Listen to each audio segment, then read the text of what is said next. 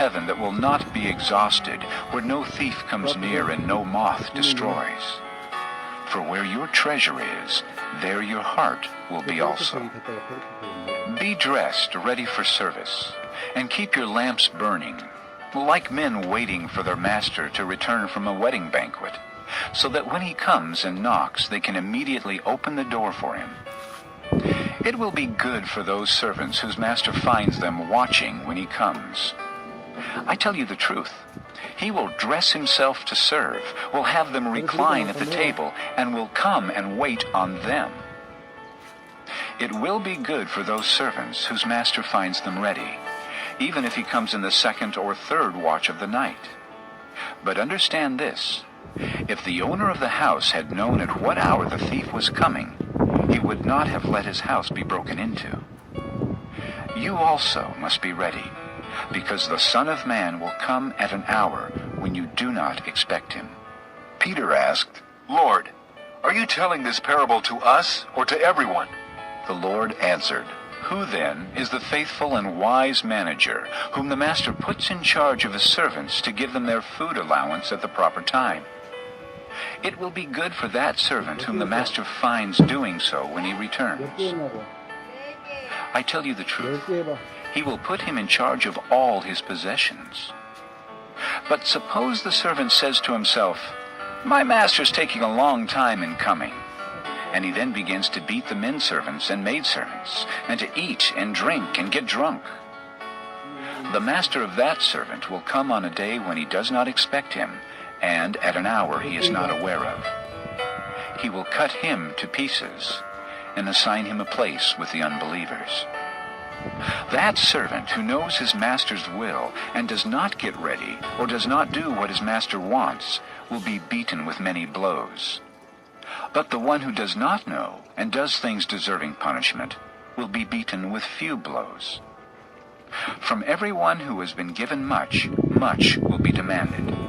And from the one who has been entrusted with much, much more will be asked. I have come to bring fire on the earth, and how I wish it were already kindled. But I have a baptism to undergo, and how distressed I am until it is completed. Do you think I came to bring peace on earth?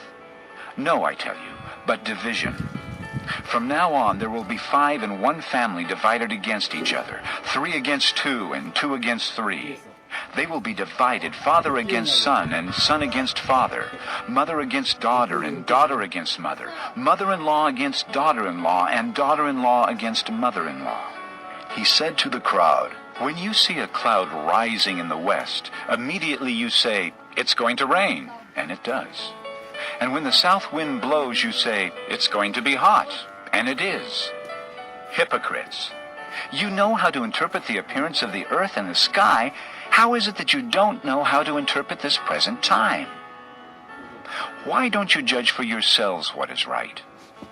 As you are going with your adversary to the magistrate, try hard to be reconciled to him on the way, or he may drag you off to the judge, and the judge turn you over to the officer, and the officer throw you into prison. I tell you, you will not get out until you have paid the last penny." Chapter 12. Meanwhile, when a crowd of many thousands had gathered, so that they were trampling on one another, Jesus began to speak first to his disciples, saying, "Be on your guard against the yeast of the Pharisees, which is hypocrisy. There is nothing concealed that will not be disclosed, or hidden that will not be made known. What you have said in the dark will be heard in the daylight, and what you have whispered in the ear in the inner rooms will be proclaimed from the roofs. I tell you, my friends, do not be afraid of those who kill the body, and after that can do no more. But I will show you whom you should fear. Fear him who, after the killing of the body, has power to throw you into hell. Yes, I tell you, fear him. Are not 5 sparrows sold for 2 pennies? Yet not one of them is forgotten by God. Indeed, the very hairs of your head are all numbered. Don't be afraid. You are worth more than many sparrows. I tell you, Whoever acknowledges me before men, the Son of Man will also acknowledge him before the angels of God. But he who disowns me before men will be disowned before the angels of God. And everyone who speaks a word against the Son of Man will be forgiven. But anyone who blasphemes against the Holy Spirit will not be forgiven. When you are brought before synagogues, rulers, and authorities, do not worry about how you will defend yourselves or what you will say, for the Holy Spirit will teach you at that time what you should say. Someone in the crowd said to him, "Teacher, tell my brother to divide the inheritance with me." Jesus replied. Man, who appointed me a judge or an arbiter between you? Then he said to them, Watch out. Be on your guard against all kinds of greed. A man's life does not consist in the abundance of his possessions. and he told them this parable. The ground of a certain rich man produced a good crop. He thought to himself, "What shall I do? I have no place to store my crops." Then he said, "This is what I'll do. I will tear down my barns and build bigger ones, and there I will store all my grain and my goods. And I'll say to myself, you have plenty of good things laid up for many years. Take life easy, eat, drink, and be merry." But God said to him, "You fool, this very night your life will be demanded from you. Then who will get what you have prepared for yourself? This is how it will be with anyone who stores up things for himself, but is not rich toward God." Then Jesus said to his disciples, Therefore I tell you, do not worry about your life, what you will eat, or about your body, what you will wear. Life is more than food, and the body more than clothes. Consider the ravens. They do not sow or reap. They have no storeroom or barn. Yet God feeds them. And how much more valuable you are than birds. Who of you, by worrying, can add a single hour to his life? Since you cannot do this very little thing, why do you worry about the rest? Consider how the lilies grow. They do not labor or spin. Yet I tell you, not even Solomon in all his splendor was dressed like one of these. If that is how God clothes the grass of the field, which is here today and tomorrow is thrown into the fire, how much more will he clothe you, O you of little faith? And do not set your heart on what you will eat or drink. Do not worry about it. For the pagan world runs after all such things, and your Father knows that you need them. But seek his kingdom, and these things will be given to you as well. Do not be afraid, little flock, for your Father has been pleased to give you the kingdom. Sell your possessions and give to the poor. Provide purses for yourselves that will not wear out, a treasure in heaven that will not be exhausted, where no thief comes near and no moth destroys. For where your treasure is, there your heart will be also.